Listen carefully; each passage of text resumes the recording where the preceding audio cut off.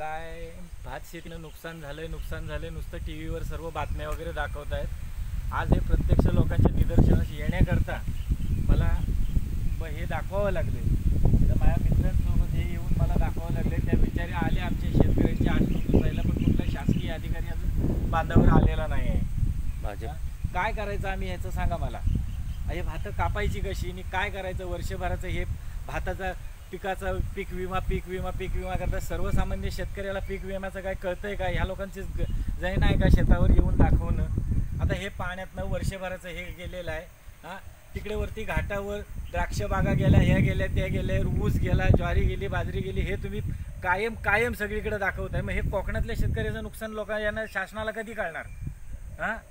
काय आम्ही करायचं का? आम्ही पण आता वरच्या लोकांसारखी कोकणातल्या शेतकऱ्यांनी सुद्धा आत्महत्या करायची काय? या लोकांना समजत नाही का? शासनाने आदेश दिला नाहीत जाऊन पंचनामे करा। कधी करणार? आम्ही शेतं ओढून ताणून चिखलातनं मोकळी केल्यानंतर हे पंचनामे करणार?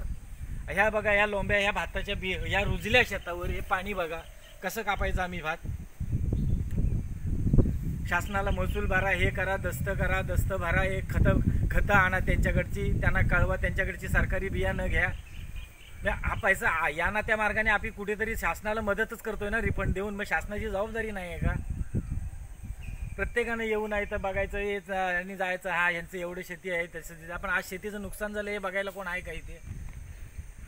माझी विनंती आहे कुणीतरी लवकर या कोकणातल्या शेतकऱ्यांना, जेणेकरून चिपळूणमधला मी एक शेतकरी सांगतोय, इथं येऊन बघावं जरा, त्यांनी ताबडतोब पंचनामे करावे आणि काहीतरी फुलाची पाकळी त्या शेतकऱ्याच्या पदरात घालावी, जेणेकरून तो पुन्हा या सगळ्या नुकसानीतनं उभा राहू शकेल। आज तालुका कृषी अधिकारी तसेच माननीय तहसीलदार प्रांतसाहेब यांना आमची अशी विनंती आहे, आज हे आसमानी संकट जे कोकणाच्या शेतकऱ्यांवरती आलेलं आहे, ह्या संकटाला कुठंतरी शासन दरबारी न्याय मिळवून द्यावा अशी आम्ही त्यांना कळकळीची विनंती करतोय।